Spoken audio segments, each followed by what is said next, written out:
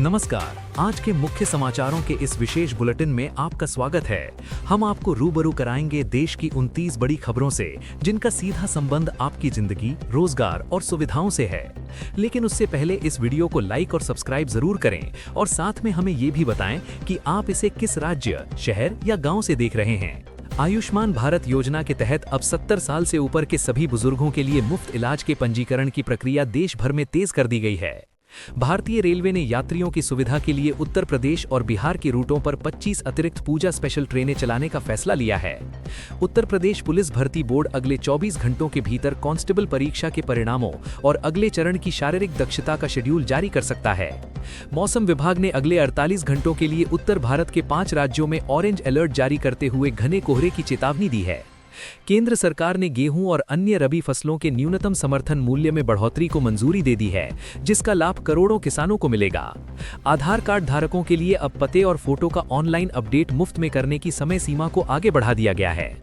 देश भर के पेट्रोल पंपों पर अब ईंधन की गुणवत्ता जांचने के लिए नए डिजिटल मीटर लगाए जा रहे हैं, ताकि ग्राहकों को पूरा तेल मिले। भारतीय रिजर्व बैंक ने बैंकों को निर्देश दिया है कि लोन की ईएमआई बाउंस होने पर ग्राहकों पर लगाए जाने वाले पेनल्टी चार्ज को कम किया जाए। उत्तर प्रदेश के कई जिलों में आज से भारी वाहनों के प्रवेश के समय में बदलाव किया गया है, ताकि स्कूली बसों को जाम से राहत मिल सके। शिक्षा मंत्रालय ने नीट और जेईई परीक्षाओं के लिए नए सुरक्षा मानक तय किए हैं, ताकि पेपर लीक जैसी घटनाओं को पूरी तरह रोका जा सके। केंद्र सरकार ने पीएम सूर्य घर मुफ्त बिजली योजना के तहत सब्सिडी की राशि बढ़ा दी है, जिससे अब सोलर पैनल लगवाना और सस्ता होगा। दिल्ली मुंबई एक्सप्रेसवे के एक और नए खंड को कल से आम जनता के लिए खोल दिया जाएगा, जिससे यात्रा का समय 2 घंटे कम हो जाएगा। कर्मचारी भविष्य निधि संगठन ईपीएफओ में उच्च पेंशन का विकल्प चुनने वाले खाता धारकों के लिए नई गाइडलाइंस जारी की हैं। उत्तर प्रदेश सरकार ने ग्रामीण क्षेत्रों में 500 नए जनसेवा केंद्र खोलने का निर्णय लिया है, जहां आधार और पैन कार्ड की सुविधाएं मिलेंगी। बैंकों में कल से नो योर कस्टमर यानी केवाईसी अपडेट करने की प्रक्रिया को और सरल बनाया जा रहा है। अब ये काम वीडियो कॉल से भी होगा। सड़क परिवहन मंत्रालय ने पुराने वाहनों को स्क्रैप कराने पर नए वाहन के रजिस्ट्रेशन शुल्क में 25% की छूट देने का ऐलान किया है। वाराणसी के कैंट रेलवे स्टेशन पर यात्रियों के लिए आधुनिक वेटिंग लाउंज और मुफ्त वाईफाई की क्षमता को 2 गुना कर दिया गया है। देश के प्रमुख शहरों में आज से सोने की कीमतों में मामूली गिरावट देखी गई है, जो ज्वेलरी खरीदने वालों के लिए एक अच्छा संकेत है।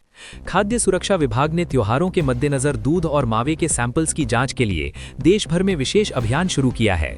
लखनऊ मेट्रो ने छात्रों के लिए विशेष स्मार्ट कार्ड लॉन्च किया है, जिससे उन्हें हर सफर पर 10% की अतिरिक्त छूट मिलेगी। भारतीय डाक विभाग ने अब गांवों में दवाइयों की होम डिलीवरी शुरू करने के लिए फार्मेसी कंपनियों के साथ समझौता किया है। नवोदय विद्यालयों में कक्षा 6 और 9 में प्रवेश के लिए आवेदन की अंतिम तिथि को बढ़ाकर इस महीने के अंत तक कर दिया गया है। केंद्र सरकार ने मनरेगा मजदूरों के लिए आधार आधारित भुगतान प्रणाली को अब पूरी तरह अनिवार्य कर दिया है, ताकि पारदर्शिता बनी रहे।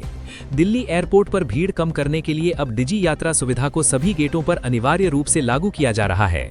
उत्तर प्रदेश के किसानों को अब निजी नलकूपों के लिए बिजली बिल में मिलने वाली छूट का लाभ सीधे उनके बैंक खातों में मिलेगा। खेल मंत्रालय ने ओलंपिक की तैयारियों के लिए टॉप्स योजना के तहत 50 नए एथलीटों को शामिल कर उन्हें विदेश में ट्रेनिंग की अनुमति दी है। पहाड़ी राज्यों में हो रही बर्फबारी के कारण मैदानी इलाकों में तापमान 3 से 4 डिग्री तक और गिरने की संभावना जताई गई है। केंद्र सरकार ने मध्यम वर्गीय परिवारों के लिए नई आवास योजना के तहत होम लोन पर ब्याज सब्सिडी देने का प्रस्ताव तैयार किया है।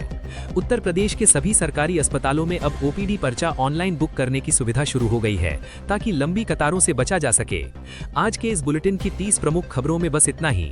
सटीक और जरूरी जानकारी के लिए हमारे साथ जुड़े रहें। आपका दिन शुभ हो। नमस्कार।